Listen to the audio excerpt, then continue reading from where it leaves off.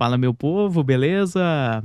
Sejam bem-vindos a mais um vídeo por aqui e hoje vamos estudar o Decreto 1171 de 94, o famoso Código de Ética do Servidor Público do Executivo Federal. Seguinte, rapaziada, já temos no canal o nosso módulo teórico deste decreto. Então, a parte teórica já fizemos, certo? O que pretendemos agora é justamente, através de questões, revisitar os principais pontos deste decreto e mostrar a vocês como o examinador vai brincar com as palavras. Então, muito mais do que decorar de cabo a rabo cada item, é treinar o nosso olhar para os pontos do decreto, ali da lei, que mais são relevantes na hora da prova, certo? Então, bora que bora, só não esqueça de deixar o like, se inscrever no canal, que assim vocês estão contribuindo demais. Partimos, questão de número 1 na tela. Um detalhe aqui, estas questões elas são adaptadas. Eu peguei modelos semelhantes à da banca Sebrasp, aquelas que o pessoal mais errou, tá? Então, que o índice de acertos foi baixo, e coloquei aqui com certas adaptações. Então, vamos lá. A dignidade, o decoro, o zelo, a eficácia, a efetividade e a consciência dos princípios morais são primados maiores que devem nortear o servidor público. Pessoal, este item está certo ou errado? Voltamos em 5 segundos. E o gabarito por aqui é o erro, pessoal. No nosso curso teórico, falamos das regras deontológicas que estão presentes dentro do Decreto 1171 de 94. Bom, estas regras deontológicas, elas nada mais são do que regras comportamentais, que vão orientar a conduta do servidor no exercício do cargo, dentro da repartição ou ainda fora do exercício do cargo. Bom, diante deste cenário, dentro ou fora do cargo, o nosso servidor ele deve se comportar, a sua conduta deve seguir alguns princípios, alguns primados. E são eles: zelo, eficácia, decoro, dignidade e consciência dos princípios morais. Portanto, os princípios ou primados que o servidor deve seguir são estes daqui, ó, 5 na realidade, tá? Que formam o nosso ZDDICO. Z de zelo, E de eficácia, D de decoro, D de dignidade e CO de consciência dos princípios morais. Então perceba que a questão colocou efetividade. Não, pessoal, efetividade não está no nosso macete. Aliás, efetividade ingressou no ordenamento com a Emenda Constitucional 19 de 98. Desde 98, precisamos que o servidor atenda também à ideia de efetividade. Mas o nosso decreto ele é datado de 94. Então é por isso que no texto da lei não podemos considerar efetividade como um primado, como um princípio. Beleza? Então é por isso que o item está incorreto. E é justamente isso que diz o item 1 do decreto. A dignidade, o decoro, o zelo, a eficácia não é efetividade, cuidado. E a consciência dos princípios morais são primados maiores que devem nortear o servidor público, seja no exercício do cargo ou função ou fora dele. Então perceba só, temos 5 primados, 5 e nada mais, ok? Fiquem atentos na hora da prova. Só um detalhe aqui, se a banca Sebrasp colocar assim, ó, são primados que devem orientar o servidor público e comentar que a dignidade, o decoro e o zelo. Falar isso, tá? Esta afirmativa, pessoal, estará correta, certo? E por que correta?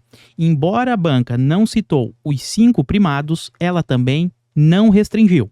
Ela deu ali um rol exemplificativo apenas, alguns exemplos, ok? Então ela falou dignidade, decoro e zelo. Agora é diferente se a banca comentar o seguinte: são primados que devem orientar o servidor público apenas, colocaram apenas, ó, apenas a dignidade, o decoro e o zelo. Neste caso, o item estaria incorreto, porque quando utilizou apenas ou ainda somente, fechou qualquer outra possibilidade de inclusão de outros primados, beleza? Então tenha cuidado com isso.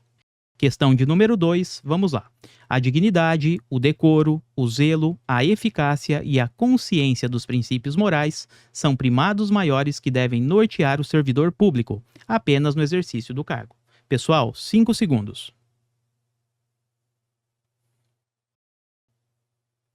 E a questão por aqui está incorreta.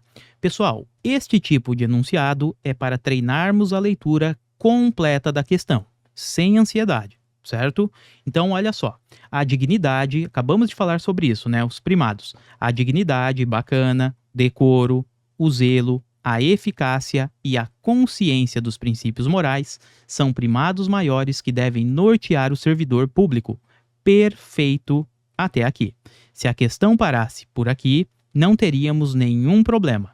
De fato, estamos diante dos 5 princípios que devem nortear a atuação do servidor.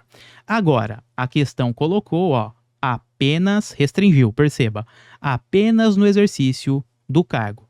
Não, pessoal. Falamos aqui, que essa conduta do servidor, atendendo zelo, eficácia, decoro, dignidade e consciência, será sim no exercício do cargo, é algo mais intuitivo, né? Mais natural de imaginarmos, mas também fora, repito, fora do exercício do cargo, certo? Então, quando restringiu com apenas no exercício do cargo, acabou retirando esta possibilidade aqui. Portanto, o gabarito da questão é o erro. Então, perceba a importância de ler ponto a ponto cada parte do enunciado. E esta ideia está lá no item 1 do Decreto 1171 de 94. Este item 1 nos informa que a dignidade, o decoro, o zelo, a eficácia e a consciência dos princípios morais são primados maiores que devem nortear o servidor público, seja no exercício do cargo ou função ou fora dele, no cargo ou fora da repartição também. Beleza? Portanto, o gabarito é o erro. Vamos agora para a questão de número 3. O servidor público não poderá jamais desprezar o elemento ético de sua conduta. Assim, não terá que decidir somente entre o legal e o ilegal, o justo e o injusto, o honesto e o desonesto, mas principalmente entre o conveniente e inconveniente. Pessoal, 5 segundos e voltamos já já. E o gabarito por aqui, cuidado pessoal, é o erro. Existe uma sutileza que torna o item incorreto. Na parte teórica, falamos o seguinte: o nosso servidor, ele precisa atuar de acordo com o Zé Dedico, né? E ele sempre precisa também ter uma postura ética. Então, ele deve ser honesto. E essa ética dele envolve fazer diferenciações. Então, ele precisa avaliar o legal do ilegal, ele fará esta diferenciação, do justo e injusto também, conveniente e inconveniente, oportuno e inoportuno e, principalmente, fará a distinção do honesto com o desonesto. Então, esta diferenciação aqui é a principal e mais importante que ele precisa fazer. Perceba que a prova colocou que principalmente entre o conveniente e inconveniente. Bom, ele faz sim esta diferenciação. Está aqui, mas a principal que ele deve fazer é entre o honesto e o desonesto, ok? Então essa sutileza torna o nosso item incorreto. E além disso, galera, quando o servidor consegue atuar sem desprezar este elemento ético, fazendo todas estas distinções e também atuando de acordo com o nosso Zé Dedico, teremos que ele estará respeitando os princípios da administração pública que estão presentes no artigo 37 caput da nossa Constituição. Ou seja, princípio da legalidade, impessoalidade, moralidade, publicidade e eficiência. Além disso, estará atuando com probidade, com honestidade, e evita, sim, a prática de ato de improbidade administrativa, que eventualmente pode levar à suspensão dos direitos políticos, perda da função pública, indisponibilidade de bens, ressarcimento ao erário e também uma ação penal, se for o caso. E toda esta previsão está lá no item 2 do nosso decreto, que diz o seguinte: o servidor público não poderá jamais desprezar o elemento ético de sua conduta. Assim, não terá que decidir somente entre o legal e o ilegal. Ele faz isso, mas vai além. O justo e o injusto, o conveniente e o inconveniente, o oportuno e o inoportuno. Mas, principalmente, repito aqui, hein?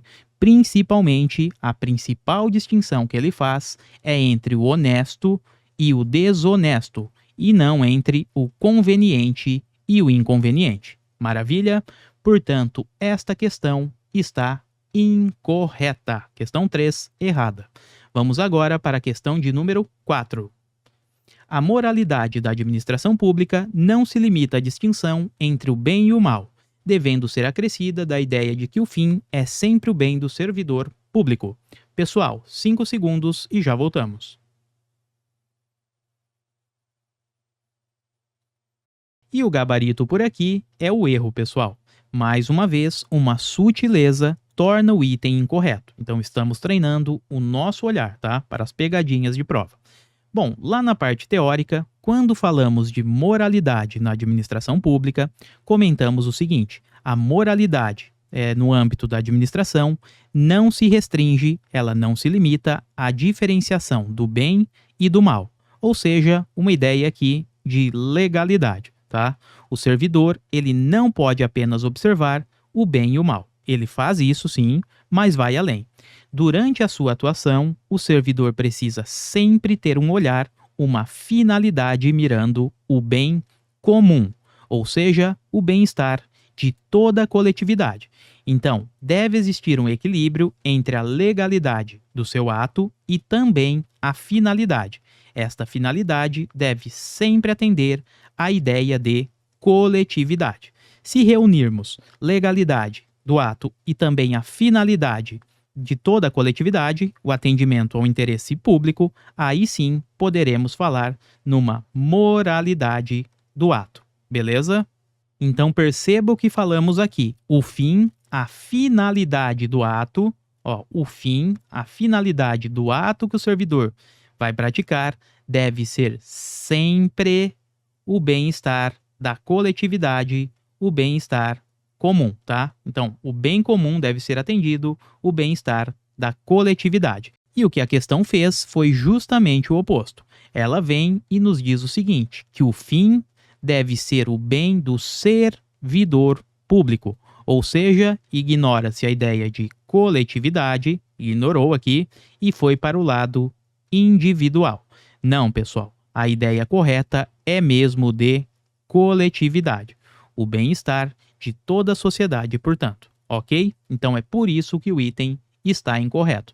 Essa previsão está lá no item 3 do nosso decreto, que diz o seguinte: a moralidade da administração pública não se limita à distinção entre o bem e o mal, devendo ser acrescida da ideia de que o fim é sempre o bem comum. Perceba, não estamos falando que o fim é sempre o bem do servidor público. Não, pessoal, é sempre o bem comum. Então, item errado, seguindo mais um pouco, questão 5 agora, que nos diz o seguinte: a remuneração do servidor público é custeada pelos tributos pagos direto ou indiretamente por todos, até por ele próprio, e por isso se exige, como contrapartida, que a moralidade administrativa se integre no direito, como elemento dissociável de sua aplicação e de sua finalidade, erigindo-se como consequência em fator de legalidade. Pessoal, 5 segundos e já voltamos. E este item também está incorreto. Mais uma sutileza que precisamos observar na hora da prova, pessoal. Bom, vamos lá. Na parte teórica, comentamos sobre remuneração do servidor. E falamos o seguinte: esta remuneração é custeada pelos tributos que pagamos, de modo direto, por exemplo, os tributos que são retidos já na fonte, ou de modo indireto, como por exemplo, quando compramos algum produto. Estamos pagando ICMS e este tributo, de alguma forma, ele será direcionado também para a remuneração do servidor, tá? Então é custeado pelos próprios tributos que pagamos, de modo direto ou indireto. E o servidor, como integra a sociedade, obviamente ele também paga tributo e está contribuindo com a sua própria remuneração. Bom, pessoal, então perceba, se a própria sociedade remunera o servidor, então temos o seguinte, ela precisa exigir algo em troca. E ela quer uma contrapartida, bem simples por sinal. Apenas exige que o servidor atue com moralidade. Ou seja, ele precisa ser, na realidade, honesto. Então, durante a atuação, o servidor precisa atuar com honestidade. Presença de moralidade, portanto. Então, perceba só.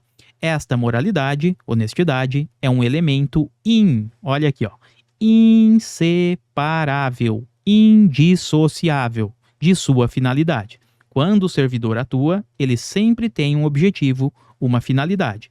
E seja qual for este seu objetivo, ele precisa sempre ter ali na sua conduta a honestidade, a moralidade como pano de fundo, tá?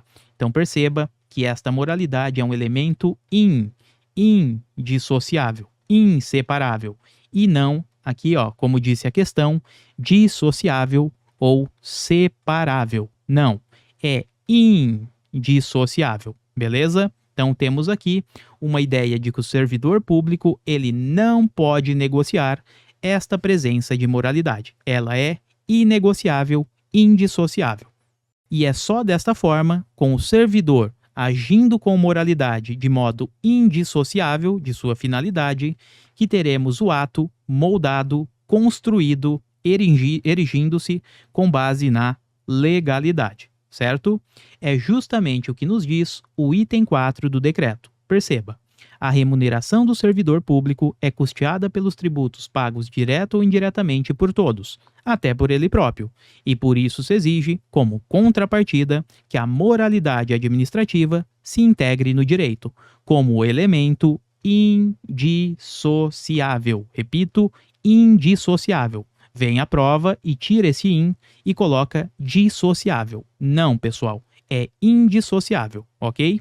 Indissociável de sua aplicação e de sua finalidade, erigindo-se como consequência em fator de legalidade. Portanto, esta questão está errada também. Bom, pessoal, então nesta primeira parte do vídeo vimos 5 questões. Eu espero que o olhar de vocês agora ele esteja mais direcionado, é como se estivéssemos com farol, tá? Com farolete, e agora mirássemos para os pontos exatos, aqueles mais importantes do dispositivo. É essa a ideia destes vídeos por aqui, beleza? Eu desejo a vocês bons estudos, fiquem todos com Deus e em breve voltaremos com novos vídeos e mais conteúdos. Valeu pela companhia, até a próxima e eu fui!